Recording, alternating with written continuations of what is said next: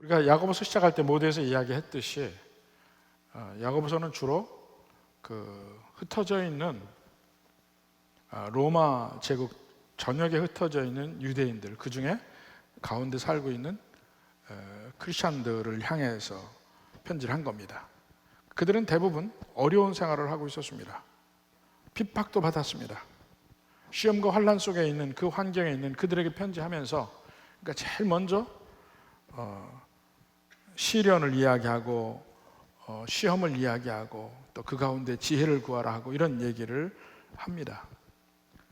근데 우리가 시험을 당하면, 여러 가지 환난과 어려움이 우리에게 닥칠 때 우리에게 드는 생각이 뭐냐면, 제일 먼저 하나님을 원망한 때가 많습니다. 하나님, 내게 왜 이런 일이 벌어집니까? 근데 오늘 본문의 말씀에서 보면 하나님께 원망하지 말라는 이야기예요. 내가 하나님이 시험하신다? 그게 아니라는 얘기입니다. 13절 한번 봅시다. 사람이 시험을 받을 때에 내가 하나님께 시험을 받는다 하지 말지니 하나님은 악에게 시험을 받지도 아니하시고 친히 아무도 시험하지 아니하시느니라. 하나님을 원망하는 면이 죄가 이 세상에 제일 먼저 들어올 때부터 생긴 거예요. 그러니까 우리 죄의 특징 중에 하나가, 환난과 어려움이 내게 있으면 우선 남 탓을 합니다. 남 탓하는데 궁극적으로 보면 그것이 하나님을 탓하는 거예요. 나를 지으신 하나님. 자, 창세기 3장 11절 12절 봅시다. 아담이 하와와 함께 하나님이 따먹지 말라던 선악과를 따먹고 드디어 자기들이 벌거벗은 줄 압니다. 숨었어요. 하나님이 아담아 내가 어디 있느냐 찾는데, 내가 부끄러워서 벌거벗은 줄 알고 숨었나이다. 그때 그 다음에 하나님이 하시는 말씀입니다. 11절 이르시되 누가 너의 벗었음을 내게 알렸느냐?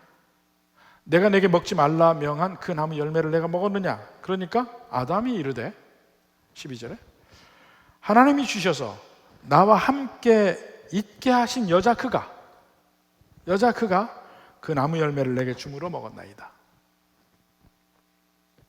남자들은 보면 여자가 주면 그냥 먹나 봐요.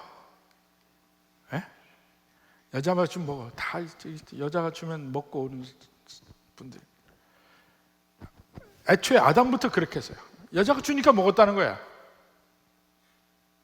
근데 하필이면 그 여자가 하나님이 함께하라고 내게 주신 여자 아닙니까? 은근히 하나님을 원망하고 있습니다. 하나님 왜 이런 여자를 내게 주셔서 나로 하여금 죄를 짓게 합니까? 뭐 이런 얘기죠. 그렇게 남 탓하는 면이 드디어 이제 선악과를 따먹은 이후에 아담에게 보이고 또 하와에게도 보이고, 서로 이제 경쟁 관계가 붙고, 이제 결혼 생활의 문제가 아담과 하와의 가정에서부터 먼저 생깁니다. 근데 그렇게 하면서 930년을 살아요. 930년.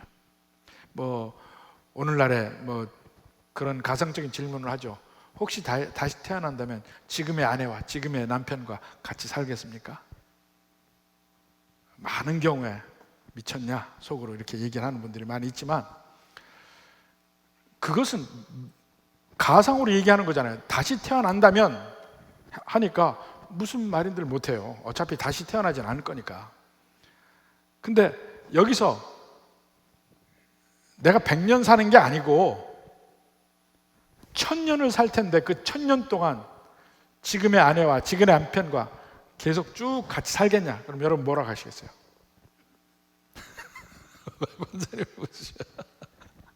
그럼 뭐라고 하시겠냐고요? 그것도 이미 그 선악과를 따먹은 그 저주 중에 하나가 남편과 아내의 서로 간에 주도권을 잡으려는 경쟁 관계를 미리 얘기를 하고 있습니다. 그런 상태에서 900년, 1000년 산다? 그 뒤를 보면 아담의 후예들 계속 남 탓합니다. 서로를 원망하고, 그리고 궁극적으로 하나님을 원망하는 삶을 삽니다. 이 고대 신화들을 보더라도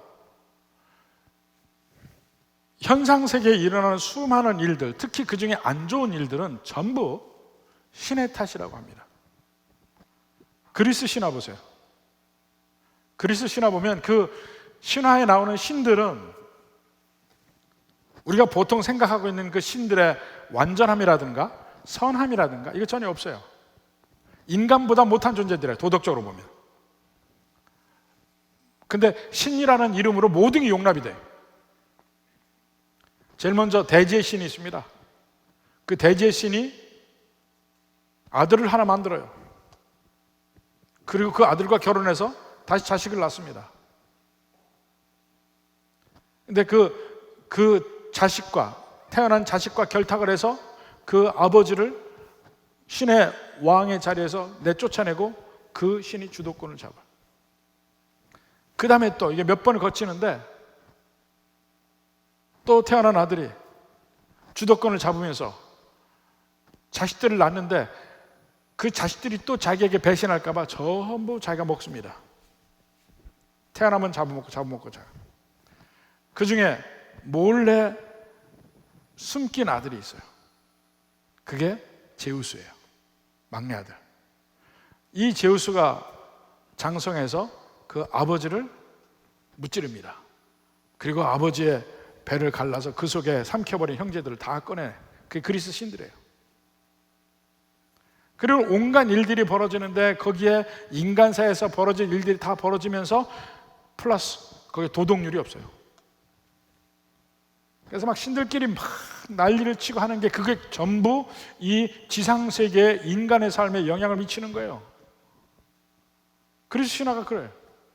그래서 일어난 모든 일이 다 신들의 탓이야. 이거는 누구 때문에 그랬고 이거 누구 때문에 그렇고. 신 중에 그 인간 세상의 모든 일어난 일들이 그 수많은 신들의 그 정욕적인 행동과 관계와 이런 것 때문에 결국은 나온다 이렇게 얘기합니다. 그러니까 인간의 마음속에는 어차피 우리에게 일어나는 수없이 많은 나쁜 일들은 전부 이건 누구 때문에 그 중에 대표적인 예를 몇 가지 보면은 특히 예수님 믿는 사람들 가운데 볼 수 있는 것이 운명을 탓합니다. 하나님 날 그렇게 만드셨잖아요. 뭐 운명 다 정해진 거 아닙니까? 어차피 하나님 우리를 왜 죄를 지을 수 있게 만드셨습니까? 죄를 지을 수 있게 만들 때 완전하게 만들면 죄를 짓지 않게끔 만드셔야죠. 근데 사실 그 최고의 작품은 우리가 지금 로봇을 만들잖아요. 로봇을 만드는데 최고의 작품은 마지막에 결국은 독립적으로 자율적으로 판단하고 행동할 수 있는 그 로봇이 최고의 작품입니다. 뭐 바둑에서도 뭐 알파고가 뭐 어느 세계 최고의 바둑 선수를 이겼다 이러는데 지금 알파고보다 몇 배 발달한 이 컴퓨터 AI들이 나왔어요. 근데 최고의 AI는 뭐냐면 일정한 알고리즘을 주고 스스로 깨우치게 만드는 거예요. 스스로 진화해. 스스로 점점 고등의 실력을 가지게 되는 거예요. 그것들이 다른 프로그램된 AI를 이기기 시작해요. 그래서 최고의 로봇은 독립적으로 생각할 수 있는 거예요. 아마 하나님이 인간을 만드실 때 최고로 만드시니까 모든 것을 판단할 수 있는 존재로 만들었어요. 그러니까 거기에는 빛과 그림자가 있는 것 같아요. 근데 우리는 하나님 앞에 원망합니다. 왜 나를 죄를 지을 수 있게 만드셨습니까?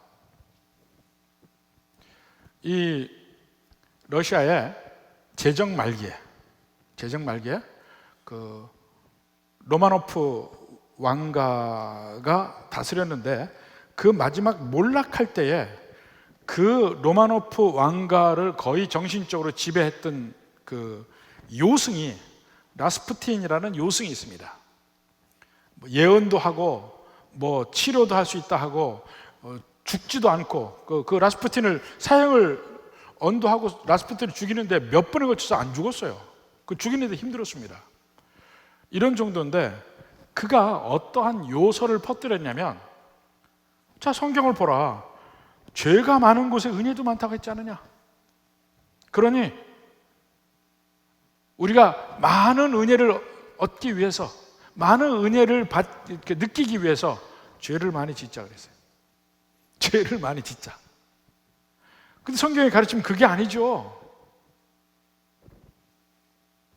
어차피 죄인으로 지음 받았으니 이렇게 얘기합니다. 결국은 우리의 현재의 잘못, 그리고 그 결과로 오는 모든 어려움을 또 하나님께로 돌리는 거예요. 궁극적으로는 자기 운명을 탓해요. 환경을 탓하기도 합니다. 어쩔 수가 없었다, 환경이 이래서. 학교에서 컨닝을 한 학생이 변명을 합니다. 우리 선생님이 너무 엄격하고 까다로워서 만약에 잘못되면 이러이러한 고통과 힘든데, 그래서 어쩔 수 없이 제가 컨닝했습니다. 도둑도 내가 좀 더 부유하고 여유 있는 집에 태어났으면 내가 도둑질 했겠습니까? 왜 나를 이렇게 가난한 집에 태어나게 했어서, 그렇게 힘들게 해서 내가 도둑질 안 하고 내가 지금 뭐 합니까? 이런 거. 알코올 중독자가 계속 술을 마시면서 하는 얘기 뭔지 아세요? 친구가 너무 많아서. 친구가 많아서. 또 궁극적으로 그 뒤에 하나님을 원망하는 거예요. 하나님, 왜 내게 이런 환경을 주셔서 나로 하여금 어쩔 수 없이 이 일을 하게 만듭니까? 이런 거예요. 심지어는 자기 태어난 기질을 가지고 얘기해요. 원래 나 이렇게 태어나는데, 아까 죄인 얘기를 했지만, 이 동성애 논쟁에서 가장 많은 논쟁이 되는 이야기가 뭐냐면, 과연 동성애적 기질이 타고난 거냐, 후천적인 거냐, 그 문제입니다.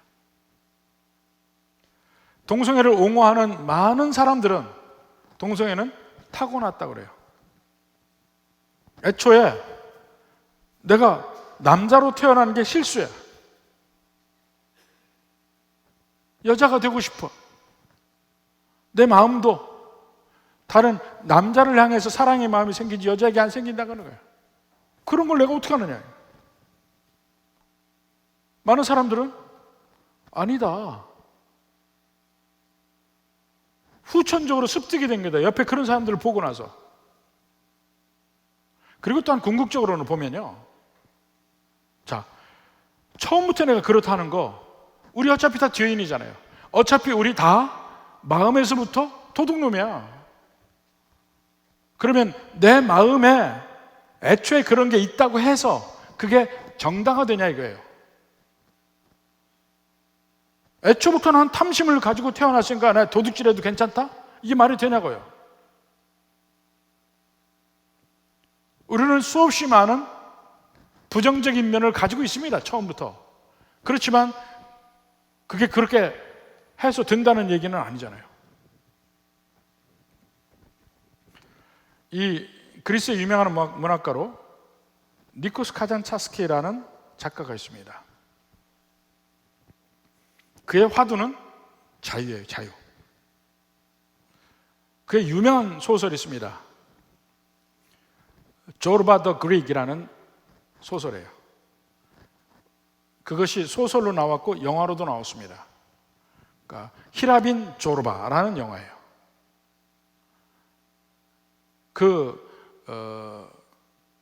아주 정상적으로 이 규범 안에서 살던 영국 신사가 그리스에 가서 겪는 일이에요. 그때 만난 사람이 그리스 사람 조르바를 만나는데, 이게 이제 영화에서 안소니 퀸입니다. 그 조르바의 연기를 하는 안소니 퀸은 정말 대단한 배우였어요. 근데 항상 규범 속에 살던 사람 앞에 조르바가 나타나는데 이 사람은 자기가 하고 싶은 대로 하고 사는 거야. 하고 싶은 대로.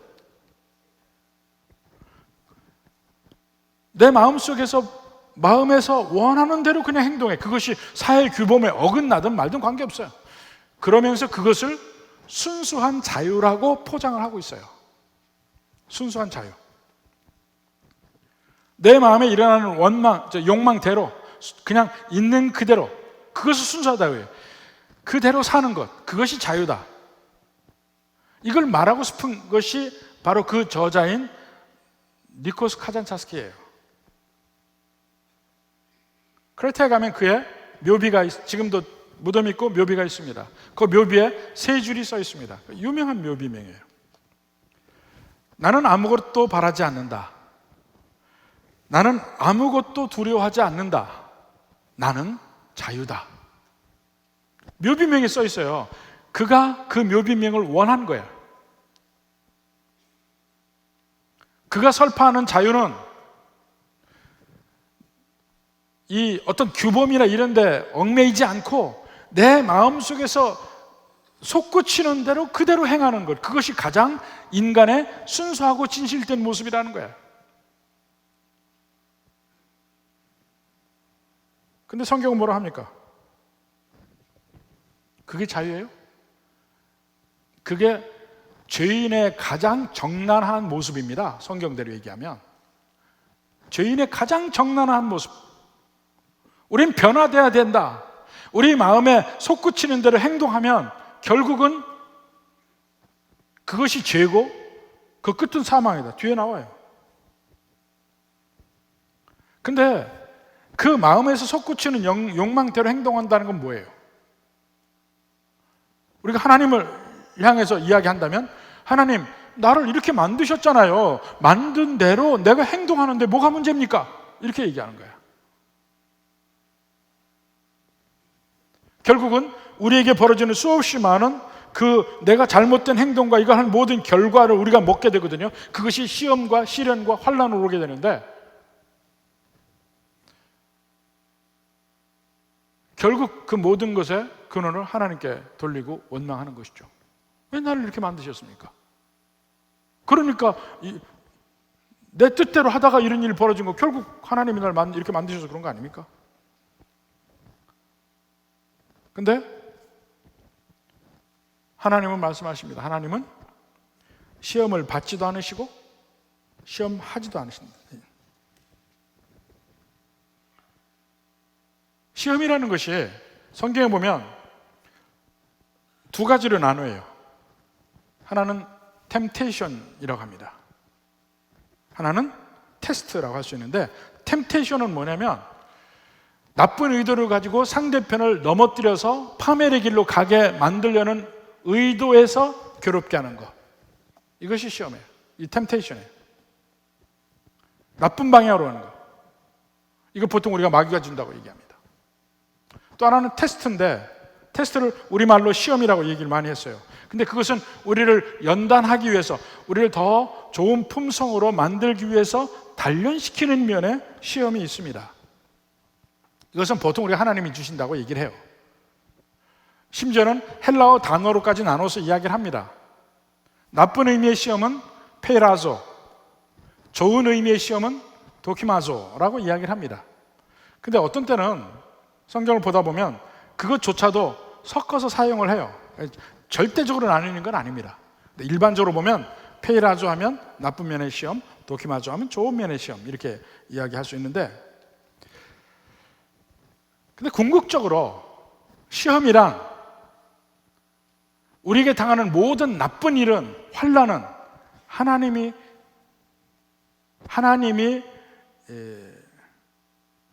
뭐라 해야 되나? 하나님이 처음에 시작한 게 아니에요. 하나님이 이니시에이터가 아니야. 하나님이 오리지네이터가 아니야. 자, 주기도문 한번 봅시다. 마태복음 6장 13절. 우리를 시험에 들게 하지 마시옵고 다만 악에서 구하시옵소서.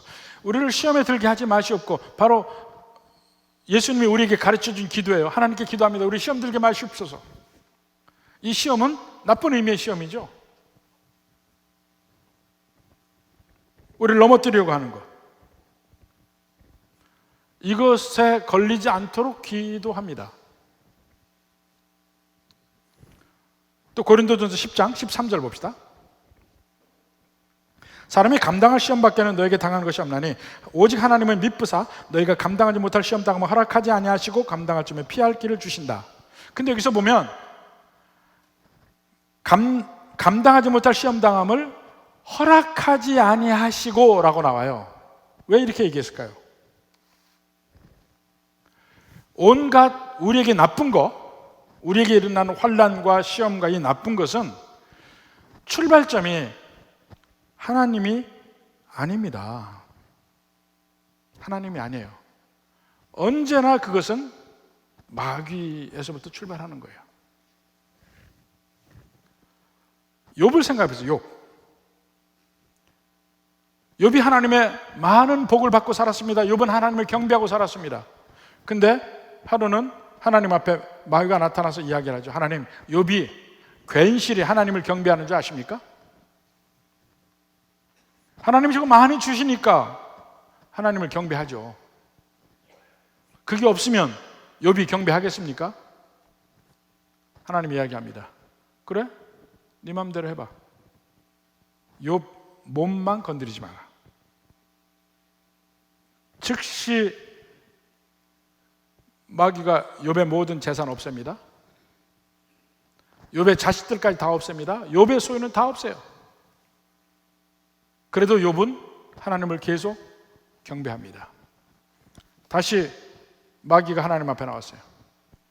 그래도 지 몸뚱아리가 성하니까 저거 계속 그렇게 하는 겁니다. 그래? 그럼 네 맘대로 해봐. 목숨만 건드리지 마. 생명은 내게 있으니까. 욥이 아주 괴로운 병에 걸립니다. 근데 이것이 과연 마귀의 시험입니까? 하나님의 시험입니까? 애매하죠. 그러나 그 이후에 욥은 그 가운데에서 세 친구들과 논쟁하고 뭐 하다가 마지막 하나님과 이야기하다가 큰 깨달음을 얻고 하나님 앞에 엎드리고 지혜를 얻습니다. 내게 무슨 일이 벌어지더라도 하나님이 하시는 일에 내가 무슨 토를 달리요? 이게 지혜였어요. 그런 면에서는 하나님의 주신 시험이라 할 수 있는데 출발점이 마귀에게서 출발하는 거예요. 모든 시험은 마귀에서 출발하는 거야. 단지 믿는 백성들에게 하나님이 막으시니까 마귀가 못하는 거예요. 어느 경우는 하나님이 우리에게 하나님의 시험이 필요할 때는 막았던 문을 잠시 열고 욥에게 허락한 것처럼 허락을 하시는 거예요. 그러나 그 정도나 그것도 하나님이 관리하신다는 거예요. 마치 이 저수지에 많은 물이 있고 댐이 있는데 아무리 물이 많으면 뭐예요? 댐으로 막았으면 물이 흐르지 않죠. 근데 문을 여는 정도에 따라서 물이 흐르는 양이 틀려지잖아요. 바로 그 역할을 하나님이 하시는 거야. 그 많은 물은 시련이라는 물은 사단이 가지고 있는 것이고, 그래서 전적으로 하나님께 주권이 있는 면을 우리가 표현해서 하나님께서 나를 치셨다, 하나님께서 나를 시험하신다 이렇게 표현할 뿐이지 진정한 오리진은 출발점은 마귀에게서부터 온다고요. 그러니까 이걸 생각하십시오. 천국에 가서 우리가 볼 수 없는 것들은 하나님이 주시는 게 아니에요. 천국에서 볼 수 없는 것들은, 그러니까 하나님은 시험하지 않으신다는 면이 바로 그거예요. 우리에게 하나님은 애초에 나쁜 걸 주시는 게 아니에요. 간혹 믿는 백성들에게 허락하시는 것은 우리를 단련하고 우리에게 더 선한 목적이 있기 때문에 하나님이 허락하시는 것 뿐이지, 그거 아니면은 하나님은 우리를 절대로 나쁜 길로, 괴로운 길로 가게 하시는 분이 아니라는 거예요. 그러니 하나님 원망하지 말아야 됩니다. 그러면 모든 시험과 환난의 근원은 뭐냐? 14절에 얘기합니다. 오직 각 사람이 시험을 받는 것은 자기 욕심에 끌려 미혹된다. 우리의 모든 환난과 시험의 가장 근원은 내 욕심이라는 거예요. 아니, 이제까지 사단이 준다고 안 했어요? 사단과 내 욕심과의 관계를 한번 봅시다. 사단은 언제나 우리를 넘어뜨리고 하나님과의 관계를 끊어버리고 우리가 사망의 길로, 우리 타락과 파멸의 길로 가기를 원해서 호시탐탐 노리고 있어요. 보이진 않지만 여러분 개개인에게 다 사단이 어떻게 하면 넘어뜨릴까 고민하면서 여러분을 넘어뜨리려고 할 거예요. 이것은 마치 중력하고 비슷해요. 중력이 어떤 겁니까? 우리 눈에 보이지 않지만 항상 우리를 누르고 있고, 우리가 만약에 이 딱딱한 이 바닥이 아니고 제가 만약에 발을 띄면 어떻게 됩니까? 난리 나겠죠? 뒤집어지겠죠? 한 발만 나갔는데 두 발이 다 가면 어떻게 될까요? 뒤집어지는 겁니다. 근데 결국 내가 두 발을 다 나가 밑에 굴러 떨어진다면 누구 탓일까요? 제 탓입니까? 중력 탓입니까? 만약에 중력이 없다면 제가 밖으로 나가서 두 발을 디뎌도 안 떨어져요. 공중을 유영하겠지. 우주선처럼. 사탄의 역할은 언제나 우리를 넘어뜨리고 빠뜨리고 죽음의 길로 가게, 파멸의 길로 가게끔 항상 존재하고 있어요. 그 힘은. 근데 그걸 뻔히 알면서 우리가 그 사탄의 손에 나를 맡기는 행위를 한다면 애초에 모든 환난의 근원은 나에서부터 출발하는 거예요. 그것이 정욕과 사탄의 관계예요.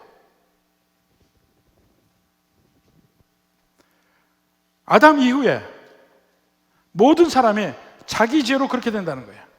근데 여기서 구체적으로 얘기하는 것이 뭐냐면, 각 사람이 시험을 받는 것은 자기 욕심에 끌려 미혹된다 그랬어요. 욕심에 끌려 미혹된다는 말이 뭐냐면, 이제 좀 다른 설명할게요. 이게 낚싯줄에 물고기가 낚시 바늘에 꿰서 끌려가는 장면이에요. 요 표현이 욕심에 끌려 미혹된다 그랬어요. 자, 장면을 바꿔서 사탄을 낚시꾼에 비유한 겁니다. 이 낚시를, 저도 고등학교 때 낚시를 해봤어요. 친구들하고 다니면서 낚시를 했는데, 이제 그 방죽이나 이런 데 가서, 바다 낚시는 못 해봤고 방죽 가서 이제 낚시를 하는데, 그거 해보니까 재밌어요. 재밌어.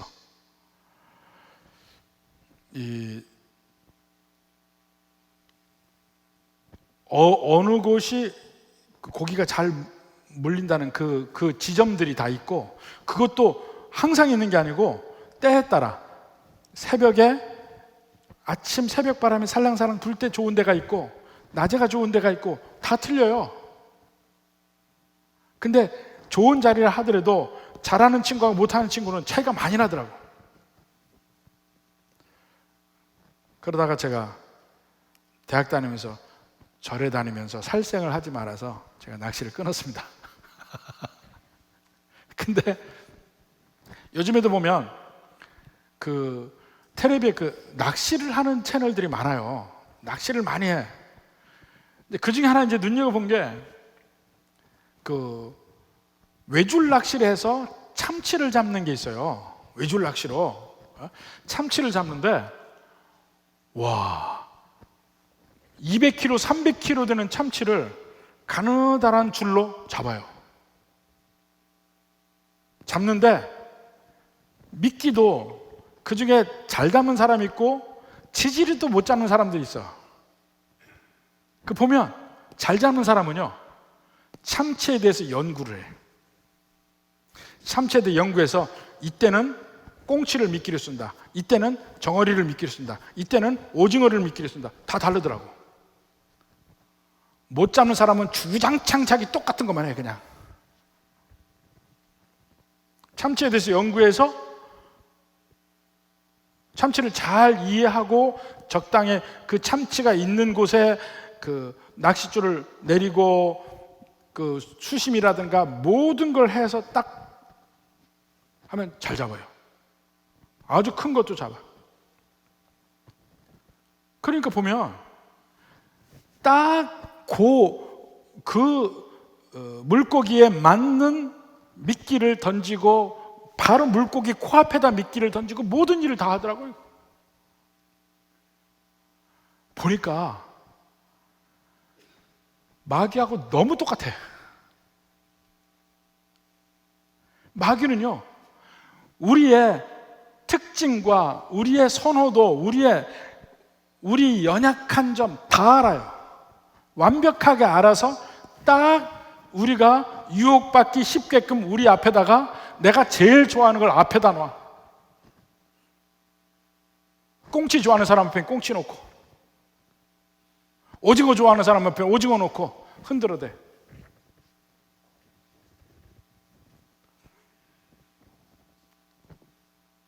그리고 고기를 잡는데요,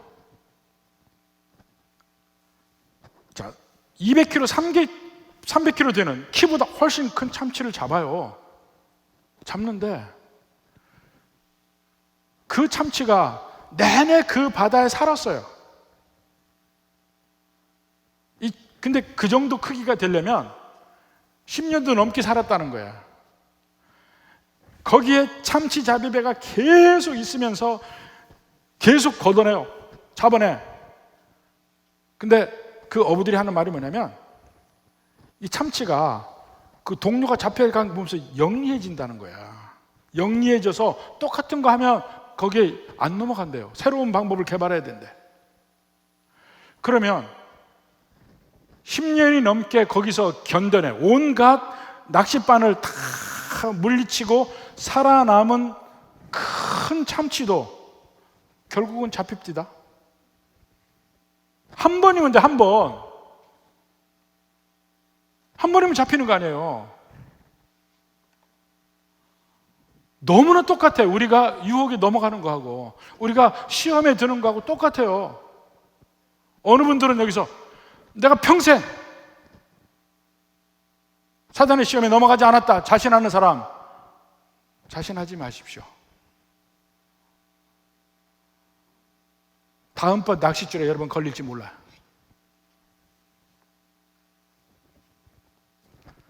그리고 기가 막히게 내 약점을 다 알아요. 제가 낚시를 해보니까 처음에 잘 못할 때는 이게 타이밍을 못 잡아요. 찌가 파박파박하고 뭐 한번 올라올 땐지 쭉 들어갈 땐지 어느 타이밍을 하라 하는데, 건져보면 물고기가 미끼만 먹고 달아났어요. 미끼만 먹고 달아나게 말아. 그러니까 물고기들도 생각을 하는 거예요. 이게 낚싯바늘인 줄 알아. 그러면 거기 미끼는 탐나. 그러니까 요것만 먹고 달아나려 생각해요. 그리고 많은 고기 성공을 해. 근데 어느 순간 걸린다니까요. 그 잡는 거 보니까요, 처음에는 딱 물었다 그러는데 내버려둬요. 한참을 좀 뒀다가 그 다음부터 확 당기더라고. 보니까 충분히 물을 때까지 내버려둔대. 입속에 낚싯바늘 다 들어갈 때까지. 그리고 나서 확 챈다는 거야. 그럼 드디어 완벽하게 이 입쪽에 걸리고 나면 그 다음부터 그 생선은 꼼짝 못하는 거야. 그 물고기는. 마귀가 그래요. 어떻게 하다가 한 번 걸리면 뺄 수가 없어요. 이 낚싯바늘이 꼬부라져 있잖아요. 꼬부라진 데다가 제일 끝에 한 번 더 이렇게 창처럼 돼 있습니다. 이렇게 돼 있어요. 이렇게 예각으로. 그래서 한 번 걸리면 빠져나올 수가 없게 돼 있어요. 이걸 미늘이라 하는데, 어쩌면 이렇게 사단이 하는 것과 똑같아요. 사단이 하는 것과? 사탄이 우리에게 하는 것은 끊임없이 중력처럼 우리를 넘어뜨리려고 한다고 했죠. 근데 절대로 우리가 우리의 정욕으로 사탄의 낚싯바늘을 물기 전에는 우리를 시험할 수 없어요. 출발점이 모든 것의 나쁜 것의 출발점은 사탄이라고 얘기했지만 진정한 출발점은 우리 마음의 정욕이라니까요. 그 사탄이 아무리 우리를 흔든다 하더라도 결국은 우리 마음의 정욕이 그걸 잡으면 그때 끝이에요.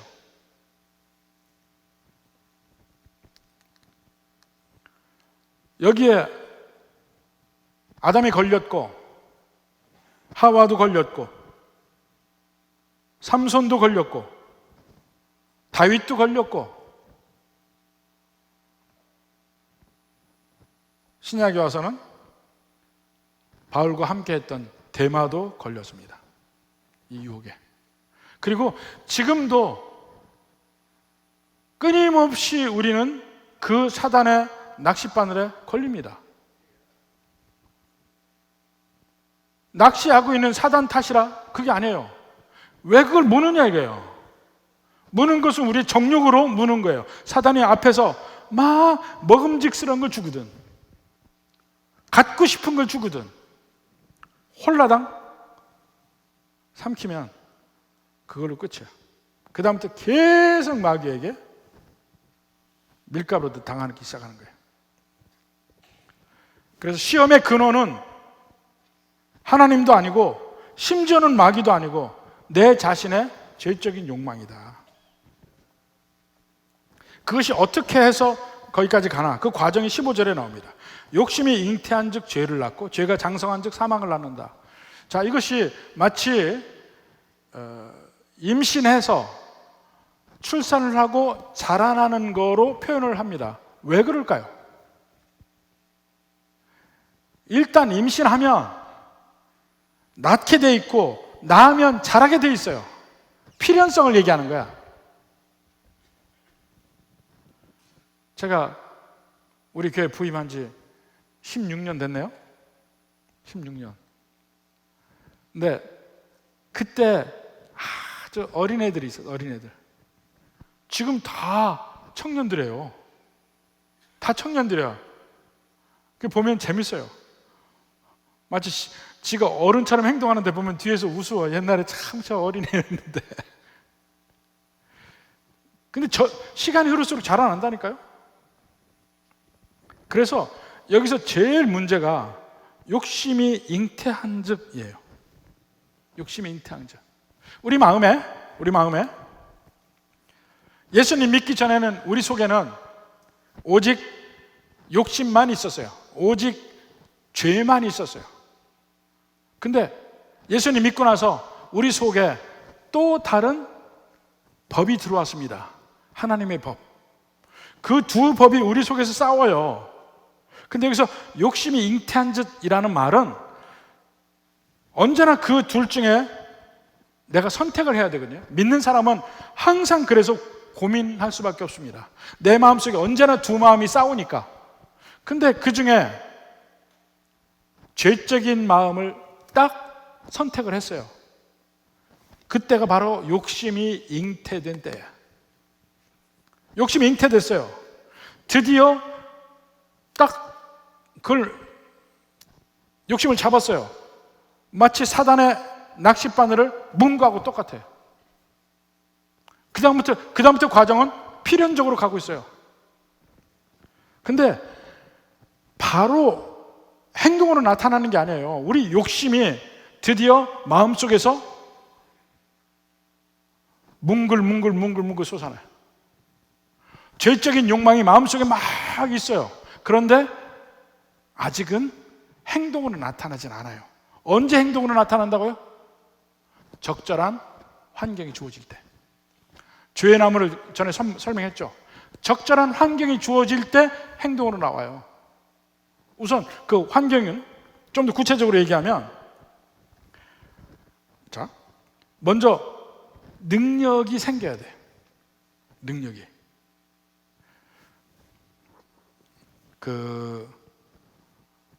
자동차를 운전하잖아요. 모닝을 몰고 다니는 운전수들은 다 착해. 그죠? 모닝 몰고 다니는 운전수 다 착해요. 모닝 몰고 다니는 우리 성도님들 죄송합니다. 제가 이 모닝 얘기를 해서. 근데 왜냐? 앞에서 휙휙 지나가도 봐줘. 에이, 저 사람들 왜 저렇게 하지? 그렇게 하고 충분히 봐줄 마음으로 모닝을 운전하고 편안하게 다녀요. 근데 돈을 좀 벌어가지고 스포츠카를 탔어. 파워가 빵빵한 스포츠카를 탔는데 옆에서 휙 하고 지나가. 그러면은 스포츠카를 타면 갑자기 기분이 나빠져. 그래서 휙 하고 나도 추월하게 되는 거예요. 왜? 나는 파워가 있고 능력이 있으니까. 그거 전에는 그럴 마음조차 안 먹었어요. 에이, 그래? 잘 가라 이렇게 생각했지. 내게 그 욕망을 현실화시킬 만한 능력이 생기면 할 수 있다는 거야. 능력이 생겨요. 제가 군대 얘기 많이 했잖아요. 쫄병 때는 다 착하다니까. 고참이 돼서 파워가 생기면 뭔가 나쁜 짓을 할 수가 있어요. 갑질을 누가 합니까? 힘 있는 사람이 하는 거예요. 힘 없는 사람은 갑질하고 싶은 마음이 있어도 갑질 못 하는 거예요. 언제나 어리니까. 먼저 능력이 생겨야 되고, 그 다음에 동기부여가 돼요. 내 마음이 욕망이 부글부글 하지만은 딱 그 욕망에 부합한 대상이 나타나야 돼. 정말 갖고 싶은 물건, 갖고 싶은 사람, 갖고 싶은 자리, 이런 것이 눈에 보여야 돼. 그럼 동기부여가 확 되죠. 아, 저거 갖고 싶다. 그 다음에 세 번째로는 적절한 환경이 있어야 돼. 아무리 갖고 싶으면 뭐예요? 그런 기회가 안 주어지는데. 근데 어느 순간에 기회가 주어지면 행동으로 옮깁니다. 그것이 죄를 낳고예요. 죄를 낳고. 환경이 되어지면, 그렇지만 그 욕망이 부글부글 할 때하고 행동할 때하고 차이가 뭐냐? 하나님 보시기엔 차이가 없다고 그래요. 똑같은 거야. 환경이 되고 안 되고의 차이인데 뭐. 근데 죄가 나아지면, 행동으로 하다 보면, 한 번, 두 번 하기 시작하면 결국 그 길은 사망으로 연결된 길이에요. 이렇게 시험이 된다는 거예요. 우리 가운데 수없이 많은 어려움과 환난은 내 속에 욕망으로 들끓던 그것이 행동으로 옮겨지고, 이렇게 하다 보면 결국은 사망의 맛을 보기 시작합니다. 그것이 일단 환난, 내 마음의 괴로움, 이런 걸로 와요. 궁극적으로는 진짜 죽는 거지만 사망의 냄새와 그림자가 미리 온다고. 그게 환난이에요. 출발점이 뭐냐? 하나님 원망하지 말아야 합니다. 하나님에게서 왔다 하지 말고 마귀도 원망하지 마요. 마귀는 속성상 나를 잡아먹으려고 계속 내 앞에 낙줄 갖다 대고 내가 제일 좋아하는 걸로 미끼를 달고 나를 잡아먹으려고 해. 결국은 그걸 물은 내 책임이고 내 죄, 내 욕망의 책임이라는 거예요. 여기에 유일한 해결책은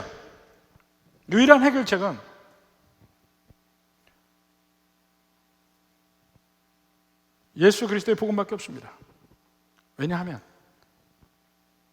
로마서 8장 봤죠, 우리 속에 또 다른 법, 성령의 법.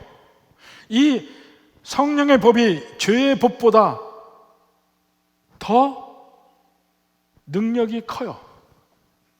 우리가 그 죄와 싸운다고 해봐야 이길 수가 없어요. 이미 우리는 그 낚싯바늘에 걸렸어요. 그러나 내 마음에 있는 또 다른 법, 성령의 법은 언제나 그 죄의 법을 제압할 수 있고, 그래서 우리는 승리할 수 있는 소망이 거기에 있다는 거예요. 우리가 하는 길은 뭐냐? 그 성령의 법을 잡는 수밖에 없어요. 예수님을 믿고 의지하며 그 예수님 안에 참 소망이 있다는 사실 깨닫고 그것을 잡으려고 노력할 때 비로소 그 죄의 낚싯바늘에서 벗어날 수 있습니다. 안 그러면 절대로 안 된다 이겁니다. 먼저 그것을 주신 것. 로마서 5장 19절. 한 사람이 순종하지 아니함으로 많은 사람이 죄인 된 것 같이 한 사람이 순종하심으로 많은 사람이 의인이 되리라. 죄에서 벗어나는 거래요. 근데 그것이 실제 우리 삶에서 역사하는 그 능력은 뭐냐면 갈라디아서 2장 20절. 내가 그리스도와 함께 십자가에 못 박혔나니 그런즉 이제는 내가 사는 것이 아니요 오직 내 안에 그리스도께서 사시는 것이라. 어떻게 하면 내 안에 그리스도께서 사시는 겁니까? 내 안에 두 가지 법이 있잖아요. 계속 그리스도의 법, 성령의 법을 잡으면 내 안에 그리스도께서 사시는 삶을 살아요. 잡기만 해. 능력은 하나님께서 그 다음에 주시는 거니까. 내 능력이 아닙니다. 하나님께 믿고 의지하고 하나님을 붙들려고 하면 거기서 능력을 받게 된다 이겁니다. 그러니까 여러분이 어떤 죄악 속에 있더라도 어떤 환난 속에 있더라도 그럴수록 주님을 붙들고 그럴수록 예배에 참석하고 그럴수록 계속 기도하고 그럴수록 성경을 보면서 그 하나님을 붙드는 행위들을 해야 해요. 그러면 거기서 죄를 이길 수 있는 능력이 거기서부터 나오는 거예요. 절대로 여러분 스스로의 능력에서 나오는 건 아닙니다. 부디 이 면을 명심하십시오. 우리의 욕망이 나를 불태울 수 있고 나를 넘어뜨릴 수 있고 나를 사망의 길로 가게 할 수 있습니다. 그 길을 끊을 수 있는 유일한 길은 내 안에 계신 성령님을 붙드는 길밖에 없습니다. 죄 가운데 있을 때, 환난 가운데 있을 때 원망하지 말고 오직 하나님 앞에 기도하고 간구하고 주님의 뜻이 뭔지 깨닫고 그 길대로 가려고 주님을 붙들려고 노력하고 살아보십시오. 어느 순간에 점점 그것이 힘이 되어서 죄를 이길 힘이 내게서 나와요. 내 힘이 아니야. 하나님이 내게 준 힘이에요. 그 힘에 의지해서 살아갈 때 비로소 우리는 진정한 천국의 자유함, 그 조르바가 느끼는 자유함이 아니고 욕망의 자유함이 아니고 진정한 거룩함이 있는 영광의 자유함을 우리가 누리게 될 줄 믿습니다. 은혜가 충만하시기를 주님의 이름으로 축원합니다.